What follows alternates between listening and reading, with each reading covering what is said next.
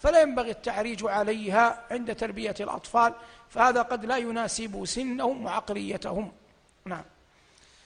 أحسن الله إليك فضيلة الشيخ. السائل يقول: هل تعلمون دواء لرجل مبتلى بالعشق قد ضاقت عليه الدنيا بما رحبت؟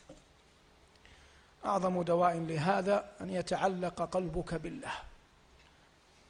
والله إن من أحب الله حقا لا يمكن أن يلتفت إلى أحد من خلقه، وإن كان لا بد من ذلك أحيانا، لكن بحسب تعلق القلب بربه.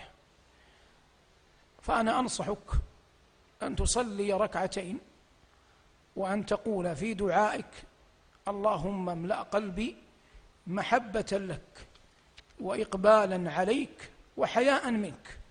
اللهم املأ قلبي محبة لك وإقبالا عليك وحياء منك. ولو وضعت يدك على صدرك وقلت: اللهم اشرح صدري وحصن فرجي، لكان في ذلك خير عظيم. لو وضعت يمناك على صدرك وقلت: اللهم اشرح صدري وحصن فرجي واملأ قلبي محبة لك، لكان ذلك في ذلك خيرا لك. نسأل الله أن يملأ قلبنا وقلبك حبا له وإجلالا له تبارك وتعالى. نعم.